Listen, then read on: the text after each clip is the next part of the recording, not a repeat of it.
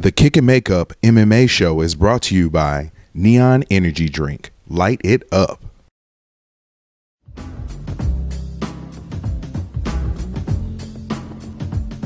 Can I kick it? Yes, you can. Can I kick it? Yes, you can. Can I kick it? Yes, you can. Well, I'm going.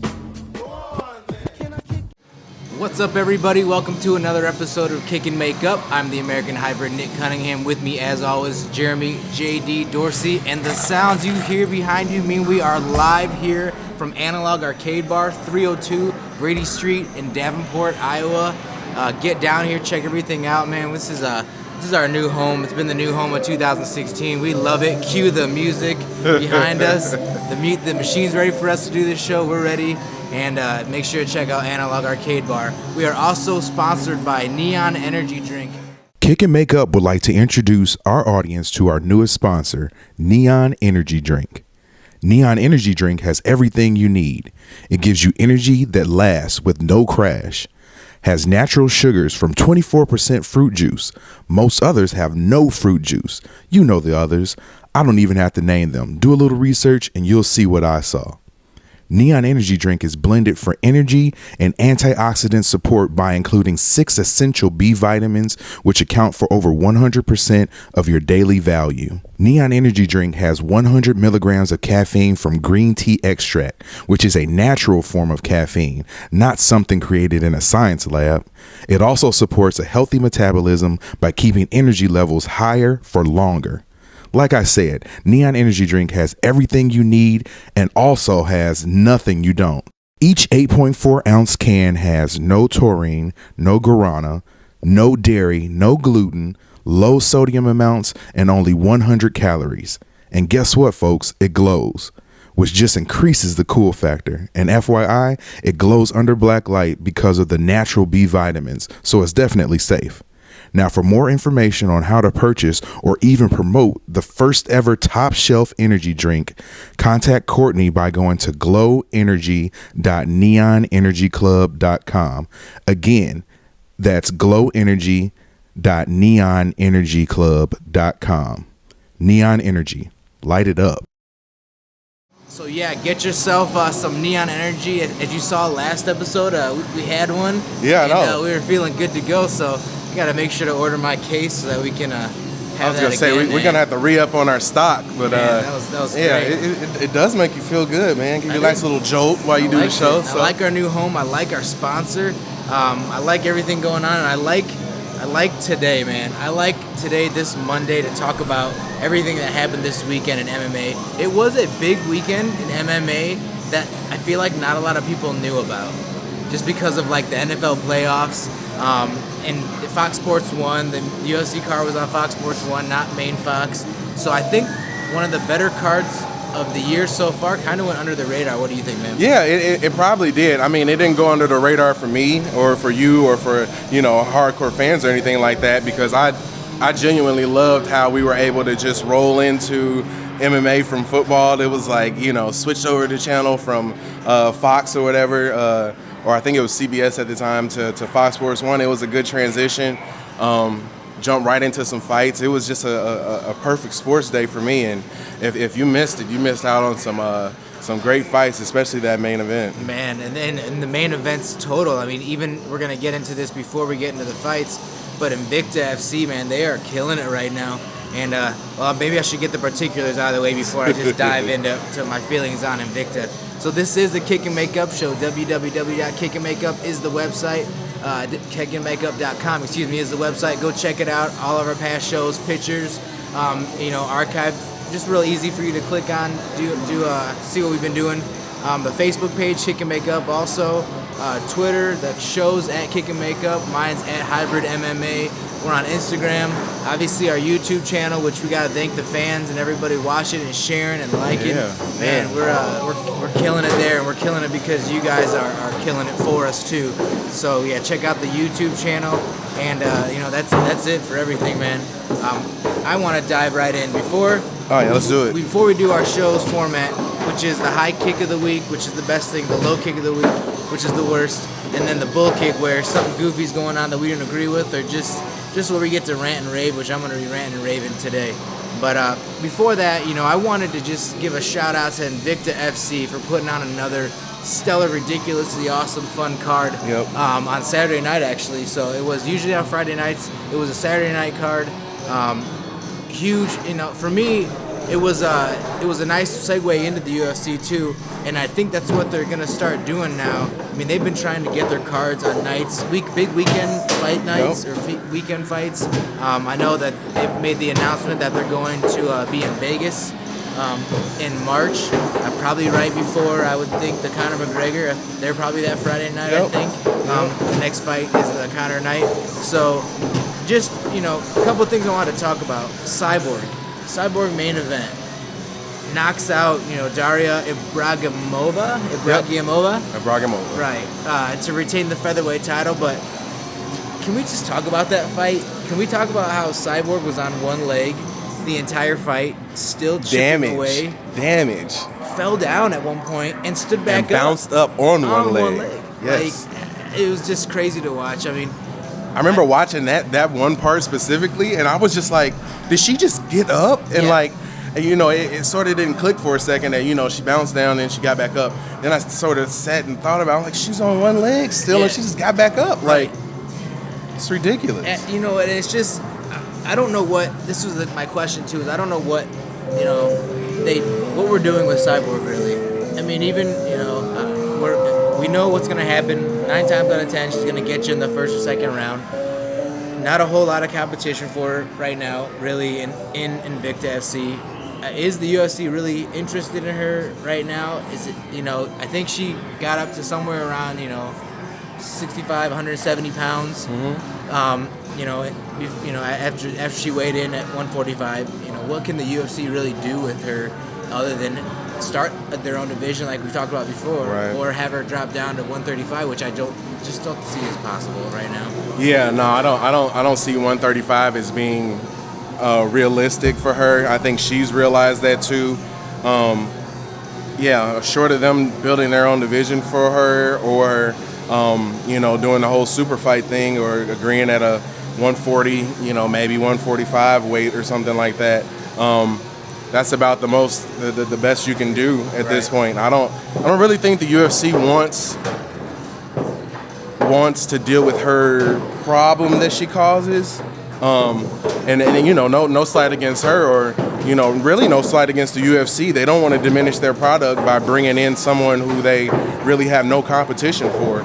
And I believe the only fight that anybody would really want to see is her against Holm, but you kind of totally diminish Holm and Rousey if Cyborg runs through her. So she's kind of in a tough spot. She's like those. I sort of compare it to a lot of basketball players back in the day when you had the ABA and the NBA, and you had a ton of really good players like Julius Erving and stuff who played in the ABA, but they were almost too good for the NBA, and that the NBA didn't want to diminish their product and bring them over. So what happened was you got somebody like Julius Erving, who was already in his prime when he could have came over and still had extra 2 to 3 years. But I'm kind of afraid that we're going to run into that situation with Cyborg, and that you're going to get her in the UFC, but it's going to be sort of after her prime. Yeah, and Invicta seems to be, they kicked off the year well. This March card coming up, before we talk about the co-main event, I'm really excited about the March card because it's a return of Alexa Grasso, which I've said, by far is probably the top 1, 2, or number 3 strawweight right now, I think. And there's been talks of her coming into the UFC. She's been injured. Even the co-main event, Livia Renata Souza gets the first round TKO. That fight was supposed to be her and Alexa Grasso twice before. Right. She's, there's a lot of talk about Souza saying that Grasso's ducking her, doesn't want to fight her, and so I would imagine that would be the fight, the main event fight of March. Aldana's Irene Aldana's very popular too. They're training teammates. Right. So that's gonna be a fun card too. But yeah, I'm excited what they're doing. They're going to Vegas. Invicta's doing what I hoped and wished and what Bellator should be doing. and they're not. They're making fights. They're not making circus act fights. They've got you interested, and even me too. Like I watched the fights this morning on Fight Pass. I mean, I made sure to set time aside to watch most of the Invicta card on Fight Pass, and so I just that says a lot about the product. I'm not waking up early to watch Bellator. I mean, I'm just saying I watch it. You know, we watch it when we watch it. Of course. But I'm not scheduling myself to watch Bellator. And So that's the difference, and I'm happy that Invicta's doing that. yeah, I sort of feel like Invicta has realized what its place is, and even if that is sort of being a feeder for the UFC, you can still thrive by doing that. And instead of going out there and putting on joke of a card, and they're really trying to develop their own talent and understanding that, man, we can still have our own niche even if we do end up losing our better fighters to the UFC.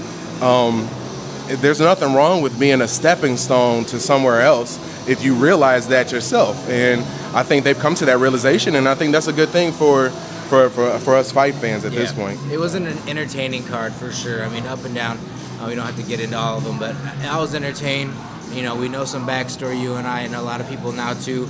It's fun to keep up with them, so when they do get to the UFC, you know their backstory, you know them coming in, that if they fight somebody that you might not think they're ready for, if you know a little bit about who they've already fought, you might see that's more of an even match. So awesome, Invicta FC, good job this weekend. Keep up the good work. And once again, we're talking to him. Yes. To Invicta like it's a person. Oh, good yeah. job, baby.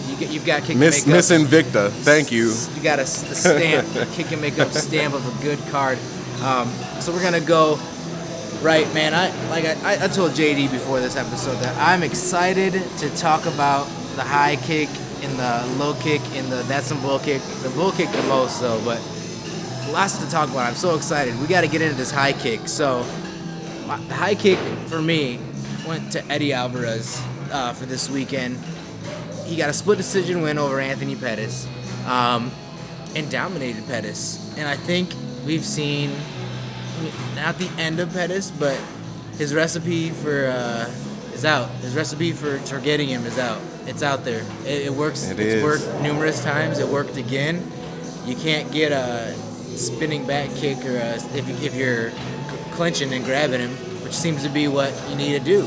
I talked to, I'll do a little shameless plug, but got to interview Alvarez before the fight, and it was kind of funny to me because he said he wasn't going to change up his style because he doesn't know how to do that, and he just goes out there, but he did exactly that. He changed up his style instead of went and barn burn, and fought a smart fight, and I gave him all 3 rounds. When I watched it again today, I thought he won all 3. He got a split decision, but I don't think there was a time where I felt Pettis won the round. I think that the second round looked to be going a little bit Pettis' way, but like you said, it's sort of like when you play a video game and you finally figure out how to beat it, and like you said, the book is out on Anthony Pettis, and now it's going to be up to him. That's the cool thing about the sport, is that if the book is out on somebody, that doesn't necessarily mean that that's the end of the sport for you.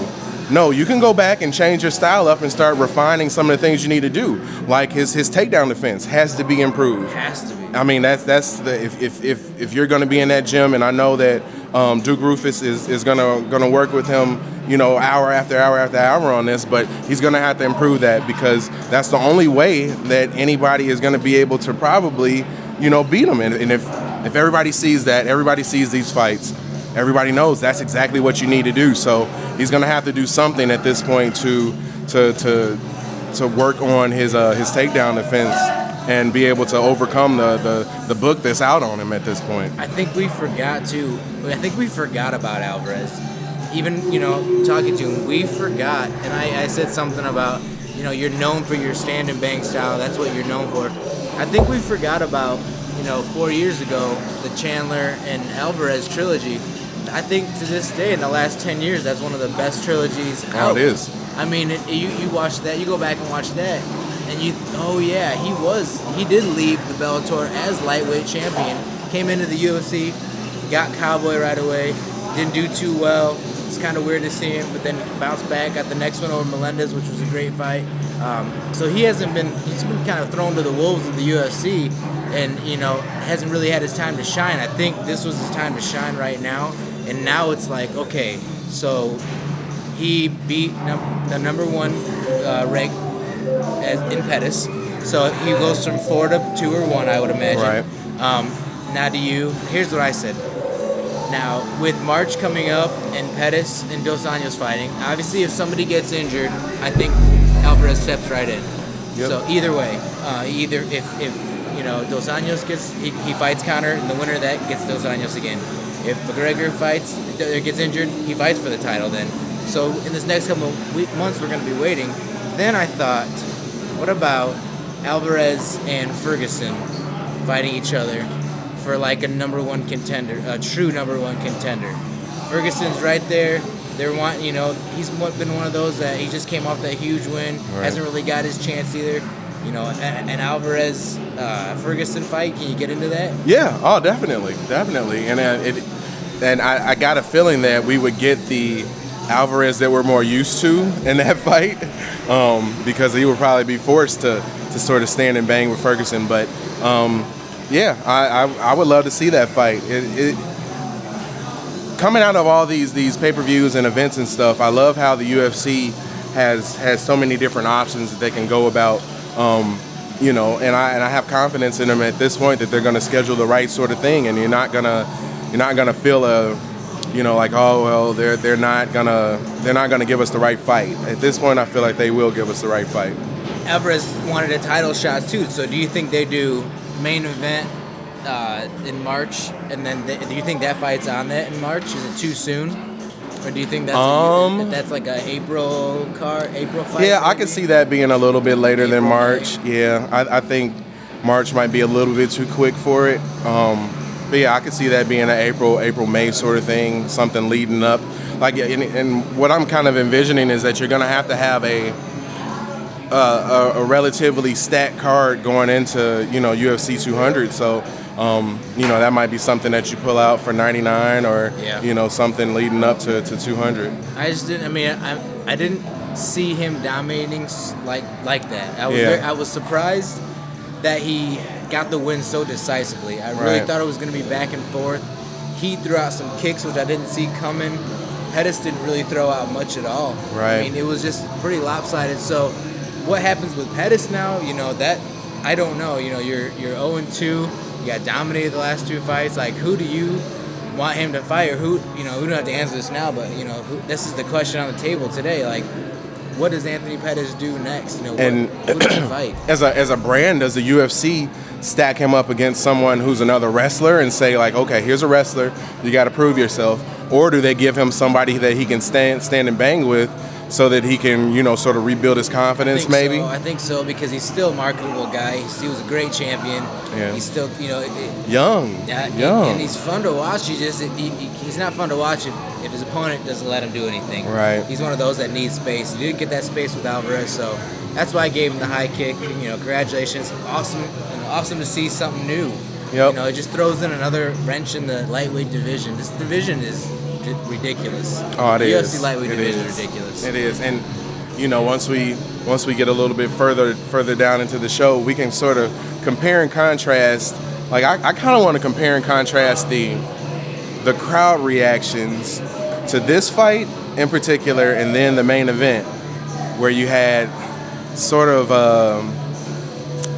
I'll say like a stalemate almost, and especially you have somebody in Pettis who's a sort of a high flyer, somebody that you really want to see perform, and then you compare and contrast that with, in the main event, the crowd was pretty much behind Cruz, even though it wasn't exactly a real enjoyable style that you saw, at least to the casual fan, I would say. It's not something that you look at and you're like, I don't really think that he's doing too much damage. Now, me, on the other hand, I enjoyed the mess out of it, but we'll get to that. I just want to get past this low kick so I can. We'll get to it. So I can just eat the hell out of our bull kick. I don't even know. Did that make sense? Eat the hell out of it? Yes. Of the sandwich, the bull kick sandwich. I want to devour it today.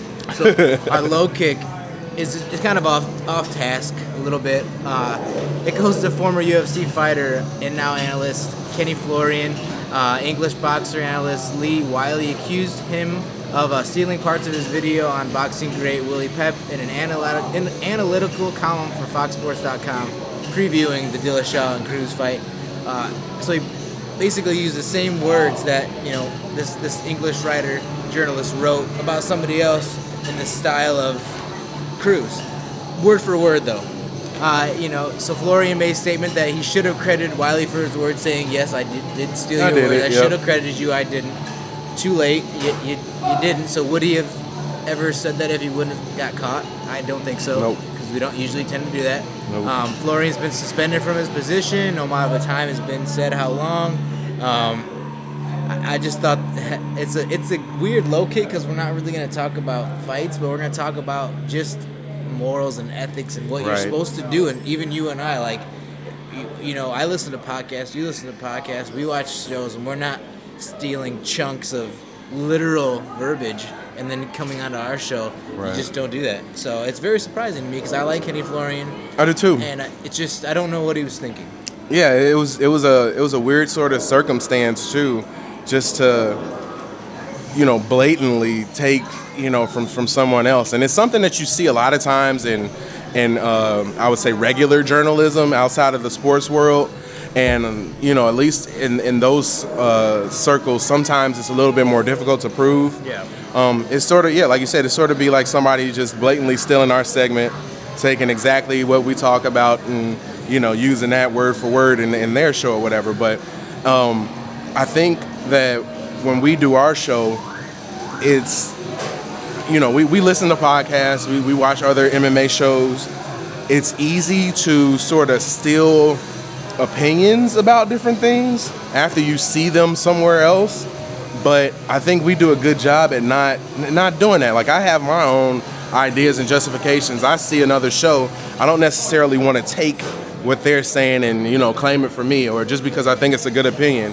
I want to take that opinion and change it up a little bit so that it suits me and it comes across as being me and not me copying off of what someone else says. Or a lot of times, we were, I think it was a few shows ago where we were talking about Joe Rogan and some of the things that he said. But, I make sure to mention that Joe Rogan said this, not me. Yeah. Like, that's all you have to do. That's the difference. I've said the same thing, too. I heard this, this morning on Fighter and the Kid. I listen to this podcast and I say this came from that podcast. Right. You have to do that to keep integrity of your show. Fox isn't playing around, suspended, and it's just it's hard for him to come back to now. Everything he says now, is going to be kind of like the Brian Williams of the MMA world, and maybe not that bad, but everything he said now is going to have that little bit of a question mark and asterisk next to it, like, is this his or did he steal this again? We're going to find out again. That sucks because he is such a knowledgeable guy. He's a great fighter. Hopefully he can bounce back from this. But, there wasn't a whole lot of low kicks to give this weekend. So I'll admit, too, that I was kind of, searching and finding some negative stuff about MMA. It's not too hard to find once you start digging for the week. But, yeah, I had to do that. Just myself being a journalist. Us being, video journalists, is that what we are? Video journalists. Yeah. So we gotta call each other out. Dominic Cruz said, what we just said before. Quit copy and pasting at the end of his fight on the mic. He was giving him a little shit because they do color commentate together. Right. They're analysts together on the same panel. Yep. Which Dominic's probably like, knock that shit off because I'm right there with you. So you do that, it's gonna make people think I might do that. But it's definitely something to talk about. Yeah, and I don't think it's anything that Florian can't bounce back from. Right. I think that Fox had to do what they had to do, and it sort of had to give him a little bit more than a slap on the wrist. But I don't think that it's something that his whole journalistic integrity has to be taken under consideration at this point. It's, hey, yeah, you did it. Let's not do that again. And I don't really think, if anything, I would guess it's a lazy sort of thing. Like, it's just I don't have the time, or I don't want to spend the time doing it. And it's kind of odd, especially considering that Cruz is his partner. Like it's kind of a weird time to do something like Right. that. But Right. yeah, you think you'd have some genuine things to say, especially when it's your guy going out there. That's like if you were going into a fight, like I would just go and find some random, thing like that makes no sense. Man. I'd be very upset with you if you did that. It'd have some bearing on our friendship, I think. Yep, a little bit. So yeah, that's the low kick. Kind of flew through it because I'm ready. I'm ready for this bull kick. So Dominic Cruz gets his bantamweight Just Dance title back. No, not the Just Dance, but that was weird, dude. How about the beginning when they're calling out? Dude, they were dancing. They were dancing back and forth. That shit was weird. It was a dance off. And here we go. Took to Twitter. Obviously, we were on that. That's all you saw people saying, like, this is a dance battle. And I was trying to figure out some fun thing to do, like electric boogaloo, electric punchaloo, something stupid like that. Like breaking faces. And see, that's what we do for the rematch. God, man, it was so weird. And I even said, this is going to be, the greatest. This is going to be really fun to watch, or it's going to be really weird to watch because they're, Dillashaw is kind of a mirror image of Cruz. Yep. Be like he watched Cruz in forming his own style and made it his own, made it a little more aggressive. That footwork style, Frankie Edgar started with it, and then Cruz kind of adopted it, and then Dillashaw kind of adopted it. They're like the kings of the footwork. So Dominic Cruz gets a split decision win over TJ Dillashaw to get his title back. He lost the title a couple years ago because he was injured. Dana took it from him. So he didn't, that's the way he lost it. So he got it back. Me. I had the fight 3-2 Dillashaw. I gave round 1 and 3 to Cruz. Round 1, and I went back this morning, man, and I took notes. I don't know when the last time I really took notes in a fight, because I just want to make sure I was seeing again what I thought I was seeing. Gave rounds 1 and 3 to Cruz. Dominic won over the judges with takedowns and not getting hit. Right. I don't think that's enough to get your title back. You're the former champion, but I'll let you go because I just was gonna keep talking. I'm talking, I don't. First of all, who'd you have winning?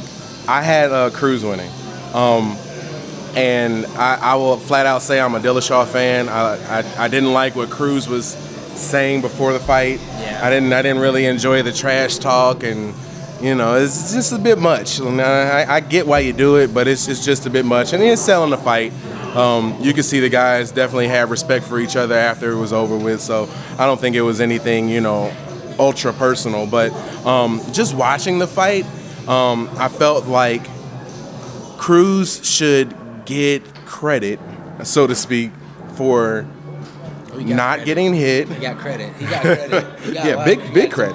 Big credit. But bigger. I felt that he should get he should get credit for not getting hit. It sort of reminded me, and my wife made a comment about this too, that it kind of reminded her of Floyd Mayweather, and just seeing someone who is so good that they don't really get hit, don't get touched up. But I kind of went back at her and I said, well, he got hit enough though. He really did get hit enough. So I haven't watched it twice.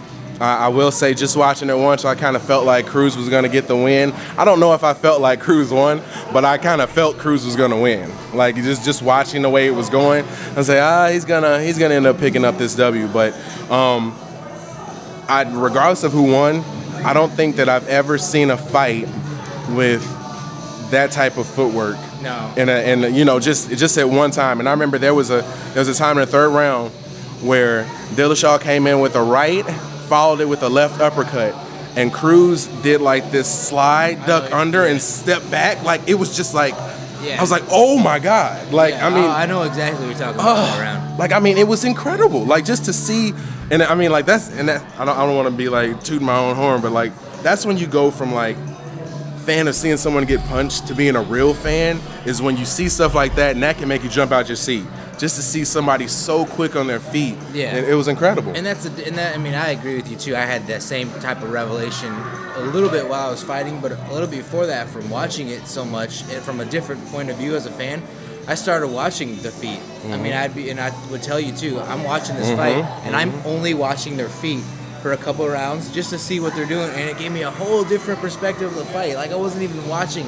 I would hear the crowd ooh, but I was just watching matching the foot angles with the oohs, and it was because they did like a dip out or a cut or some weird so yeah, that does make the difference of fans. Right. It's not a bad thing to say, but I thought so. This is what I thought.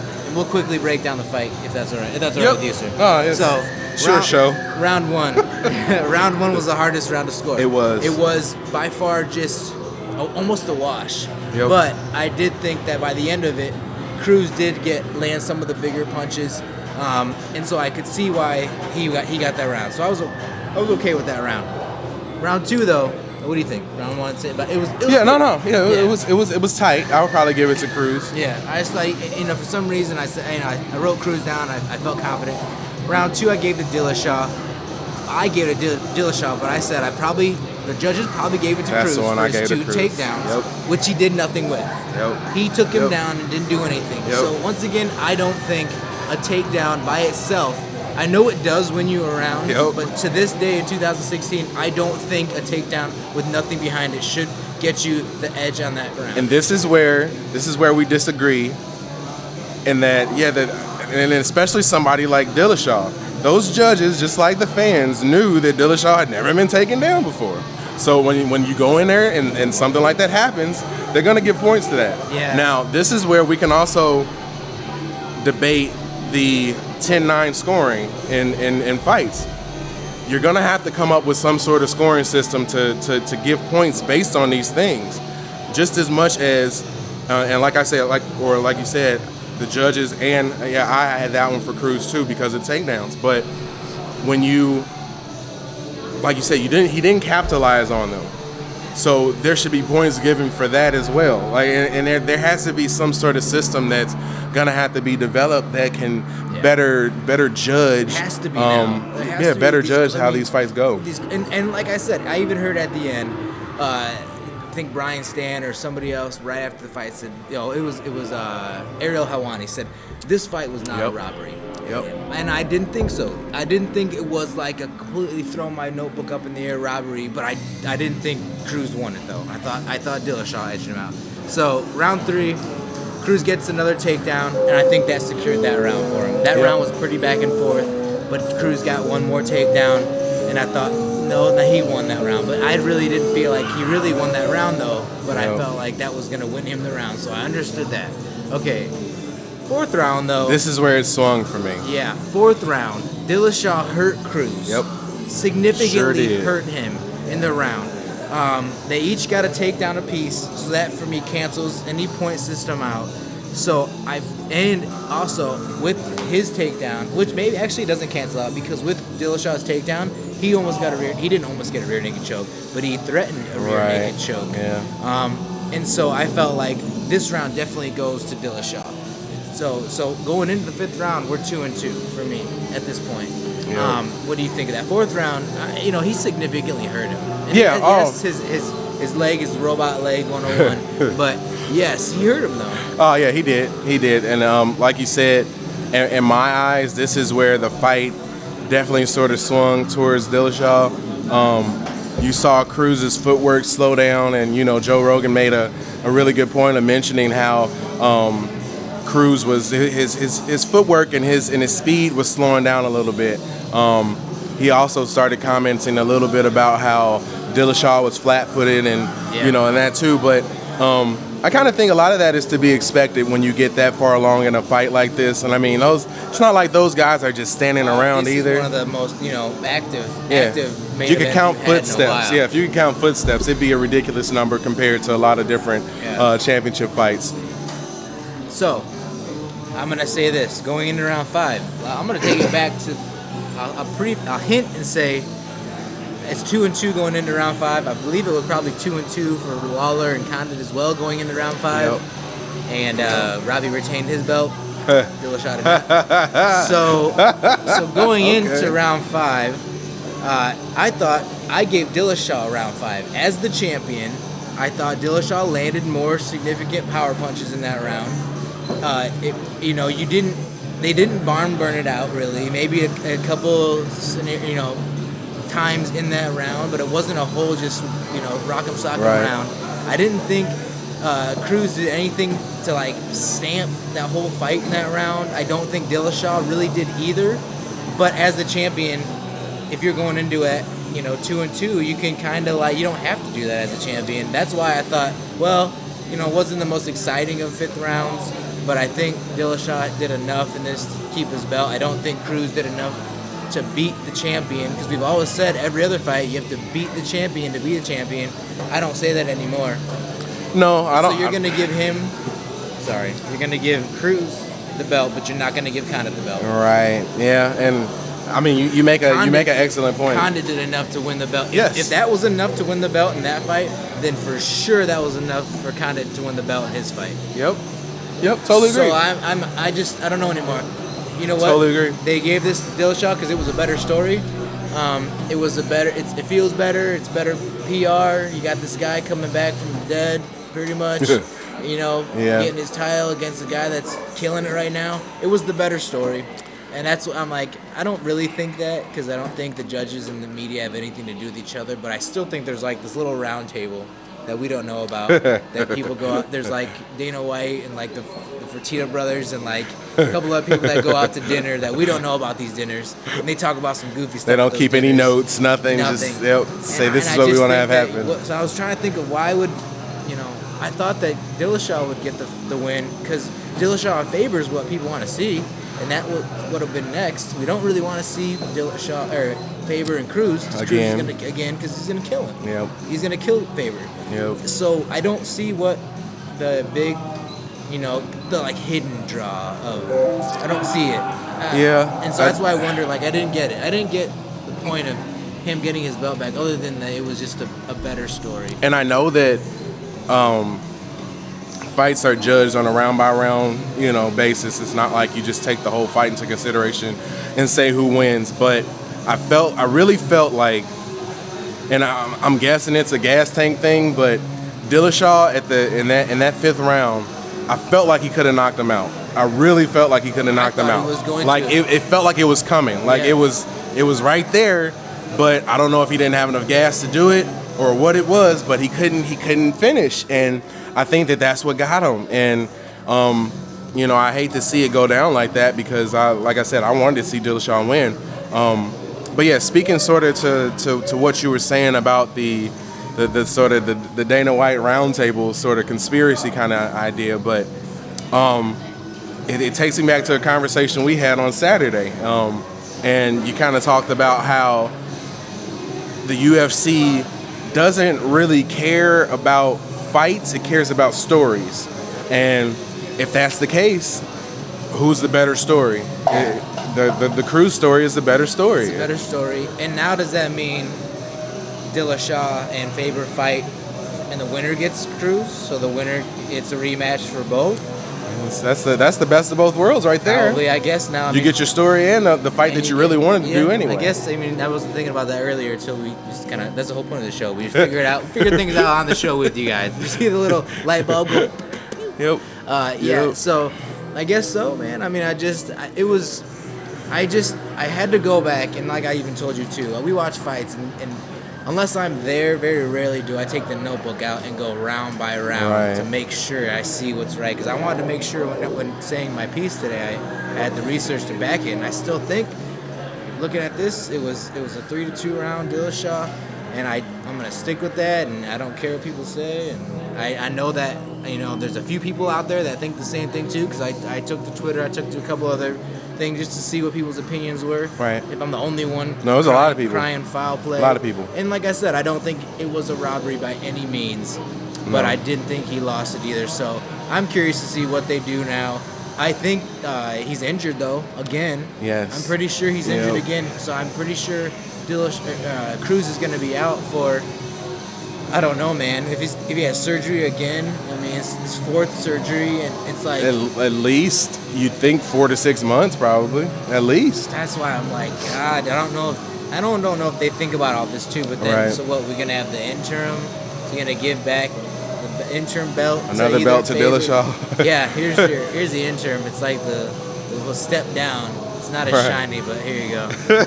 I don't know. Slightly smaller belt. Yeah. So, but awesome card though, man. Oh, it was. Like, and It we'll was. talk a little Free. bit. Free Free at that. Fox. After football, awesome. Quickly make mention of Mitrione and Travis Brown. Yes. God, man, if anybody go find the picture of Mitrione's eye.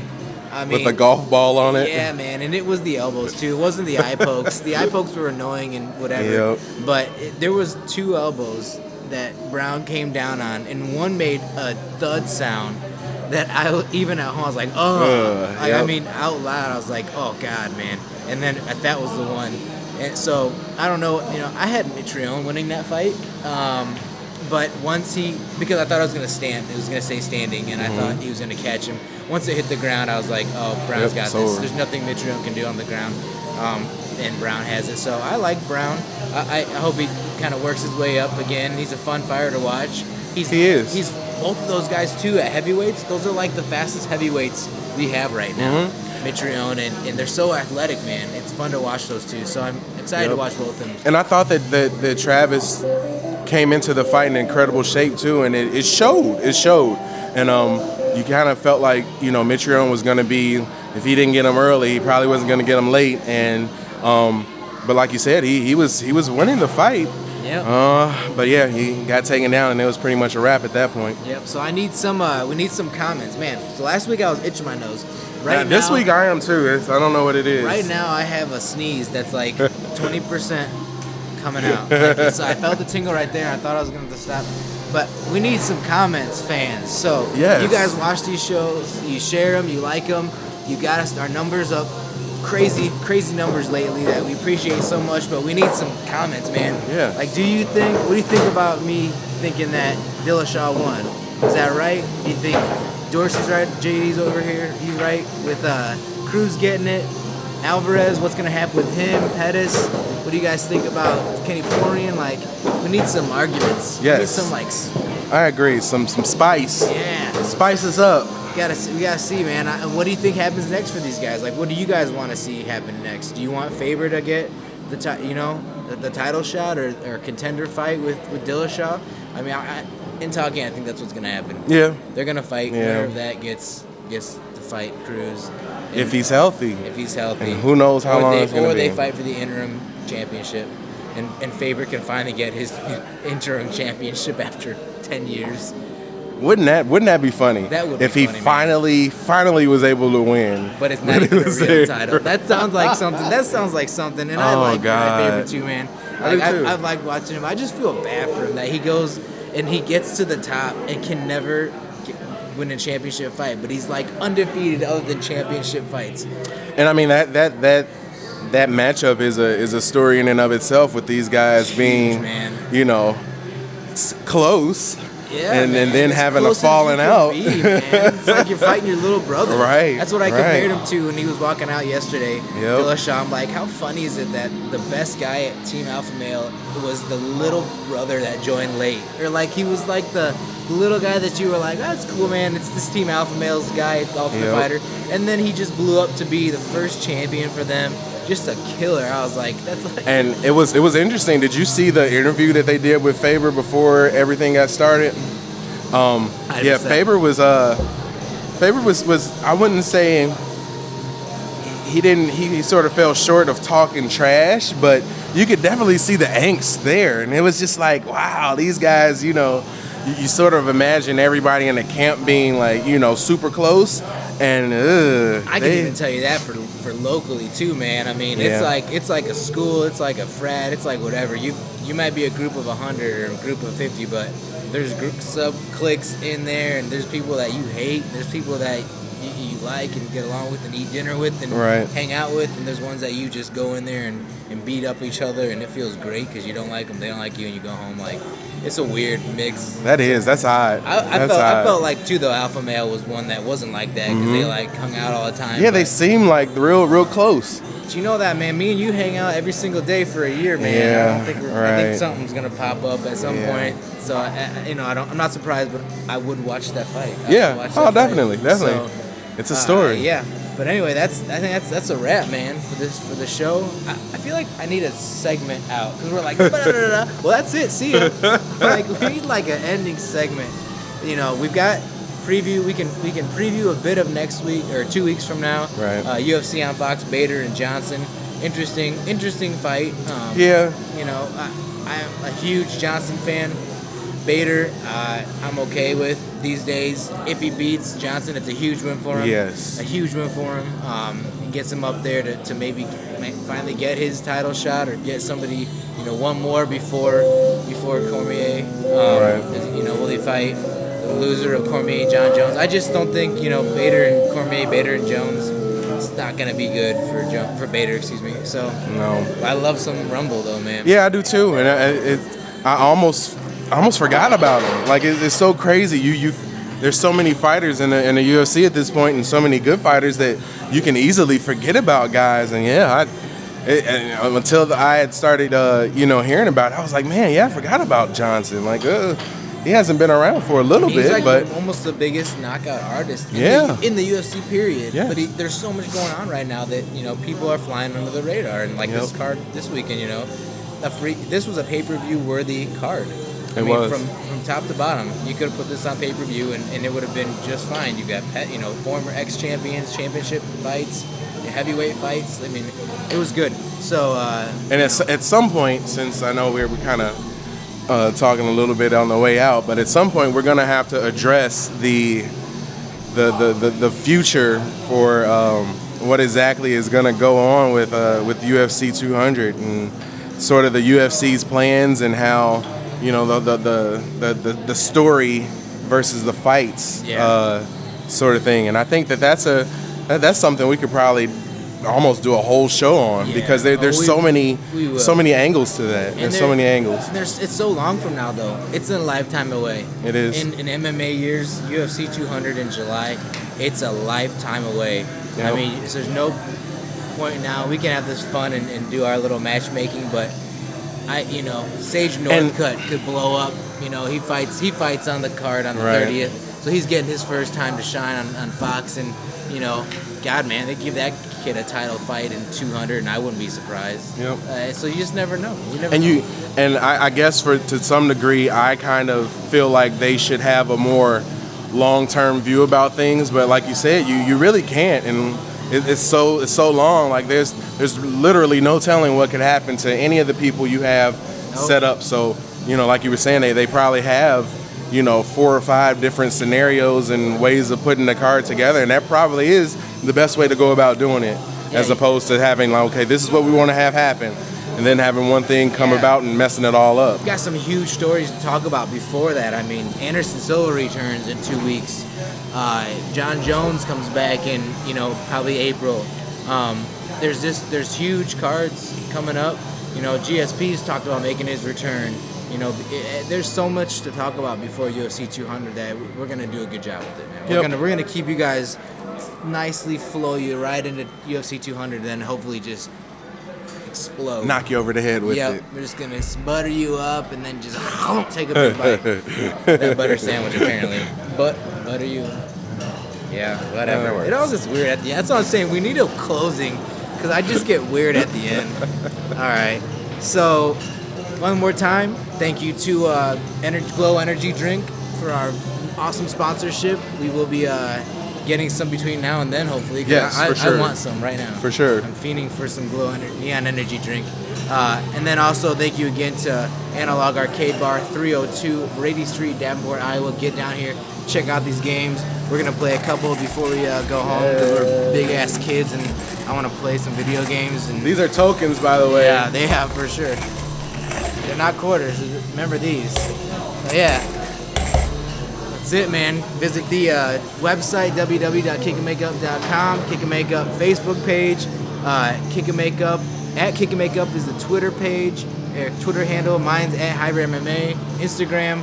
Subscribe to our YouTube channel. Share it with your friends. Like it. Keep watching it. Thank you guys so much. You guys are killing it with the views. It's awesome to see. It's definitely something different for us. Right. And I love it. It's making me want to do more. It's making me want to get up and take notes on fights this morning to be more prepared for these shows. And I know it's, you know, doing the same thing for you. Oh, of We're course, just stepping it up. and we're gonna keep doing that for you guys. So appreciate it and keep watching. Kick and Make Up Show, American Hybrid Nick Cunningham, Jeremy JD Dorsey. Remember, don't solve it in the streets. Take it to the cage and kick and make up.